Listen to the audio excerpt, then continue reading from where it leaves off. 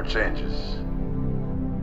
In 1776, this great nation accepted that armed conflict was the only way to preserve our rights to life, liberty, and the pursuit of happiness. If our founding fathers could only see us now. From Antietam to Amiens, Okinawa to Anchorage, we have fought. And now, the Red Menace is at our doorstep. Democracy itself is under threat of annihilation. That is why today, July 4th, 2076, 300 years after our great nation began, we gather together to honor the completion of Vault 76. This sprawling underground shelter may have been engineered by Vault Tech, but it was built by you, the good people of America, so that if the bombs do come, if the end does come, our way of life will endure. But not everyone will be saved. Those chosen to enter this vault must be our best and our brightest. For when the fighting is stopped and the fallout has settled, you must rebuild. Not just walls, not just buildings, but hearts and minds, and ultimately, America itself. So as we stand here today, we pray that the world will know peace. But if that is not our destiny, if war must come, we stand together knowing that here in Vault 76, our future begins.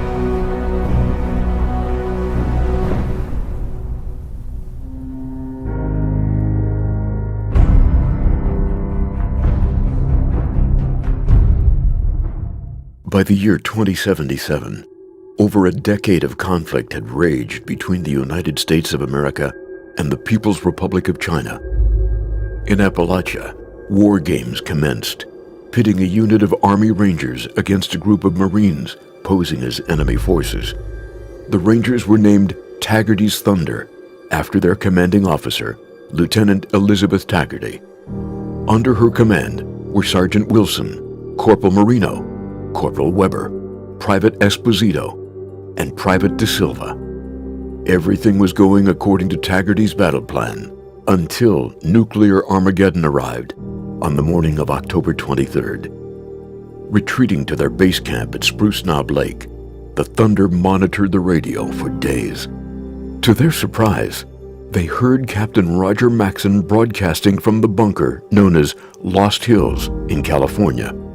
His unit had seceded from the U.S. military days before the nuclear exchange after claiming to have discovered sinister, sanctioned experiments on human captives at the Mariposa military base.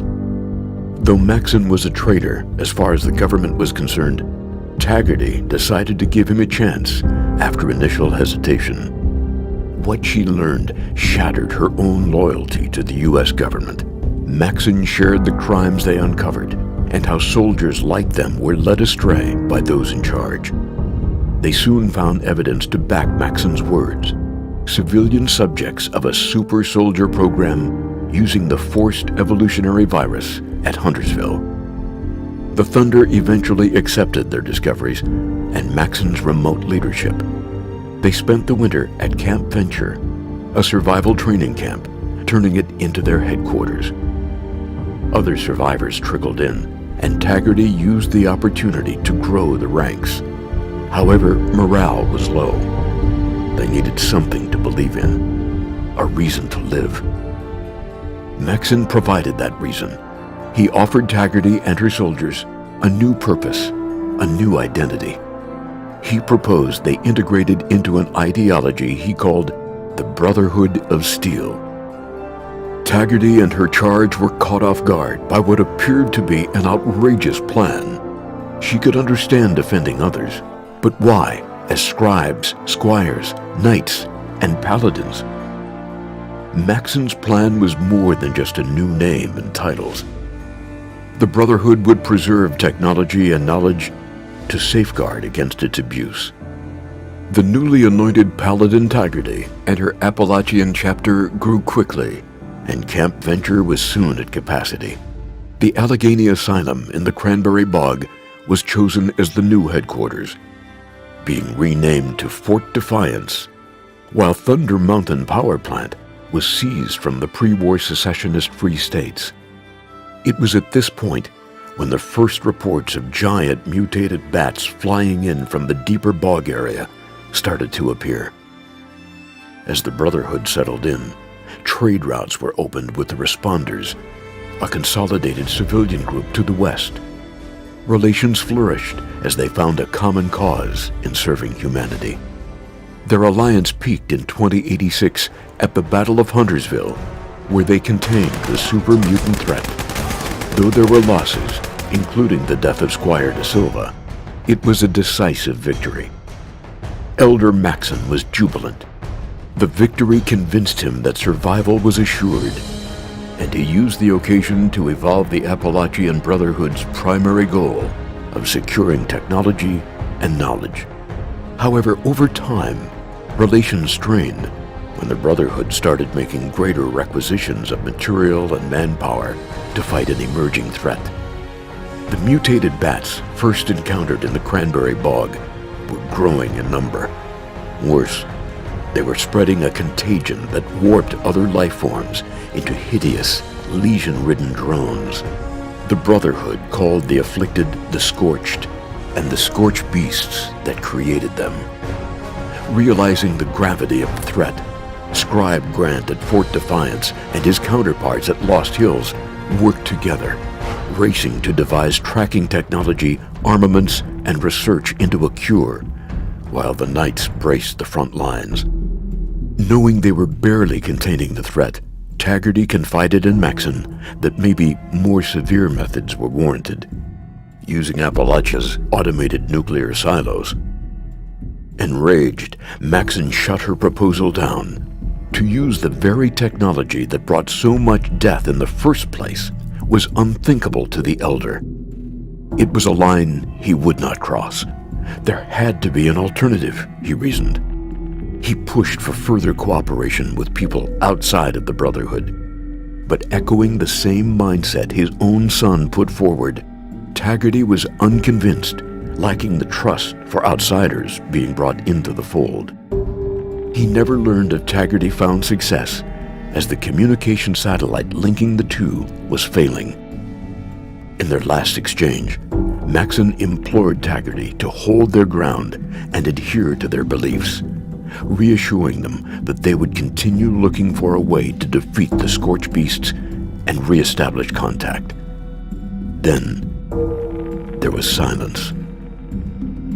The mounting losses and severing of supply routes forced them to mothball Camp Venture in July 2093, with Fort Defiance and Thunder Mountain becoming their two remaining strongholds.